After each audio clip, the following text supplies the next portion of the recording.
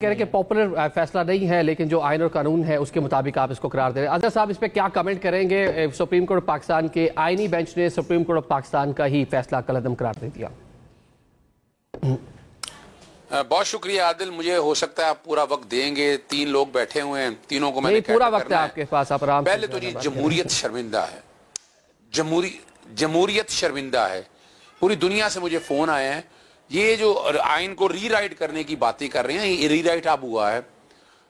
پوری دنیا کے جورسپروڈنس میں ایسا نہیں ہوا کہ ایک چھوٹا ممبر، چھوٹے ججز، کم ججز جو ہے وہ اکثریتی فیصلے کو نظر ثانی کر دیں۔ یہ ایک نئی جورسپروڈنس ایوالو ہوئی ہے اور پاکستان میں یہ تاریخ باب کے طور پر یاد رکھا جائے گا۔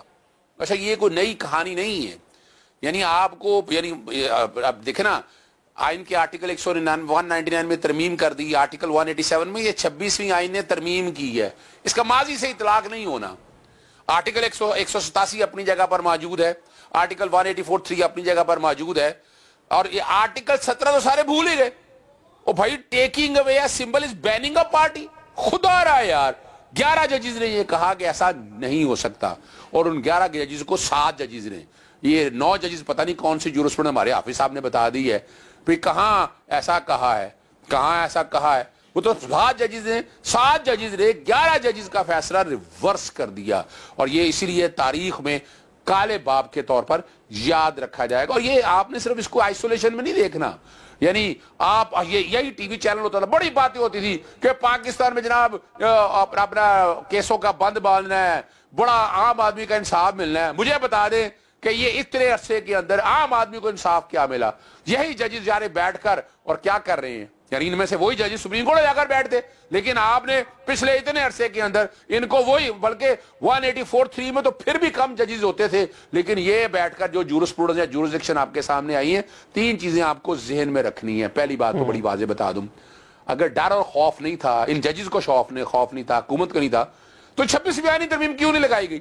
جنوری کے اندر کہا گیا 3 ہفتے میں لگانا ہے، تو کیوں ڈر اور خوف ہے؟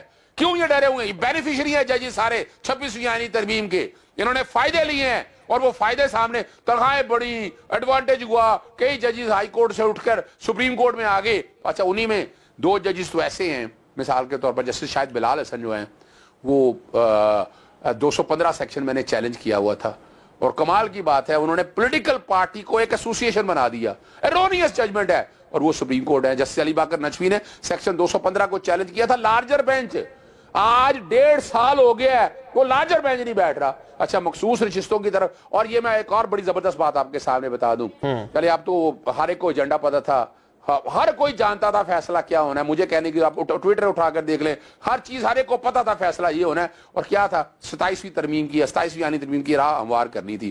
ہمارے ہاں کیا ہوتا ہے؟ ہمارے آیا کہ آئین کو اگر بدلنا ہے نا، یعنی مثال کے طور پر 3 مثالیں آپ کے سامنے رکھتا ہوں۔ الیکشن کی تاریخ دینے کا اختیار صدر اور گورنر کے پاس تھا، سیکشن 57 میں صادق سے ترمیم کی گئی اور آئین کو ری رائٹ کیا گیا، وہ بھی چیلنج پڑا ہوا ہائی کورٹ کے اندر۔ پھر مخصوص نشستیں، آرٹیکل 51 اور 106 بڑا کلیئر تھا۔ اب کیا ہو گیا؟ وہ کہ بھائی پیپلز پارٹی کی ایک نشست ہے، وہ مخصوص نشستیں 3 لے گئی، وہ آپ اندازہ لگائیں، یعنی یہ آئین کی منشا ہی نہیں تھی، اور کیا کیا گیا؟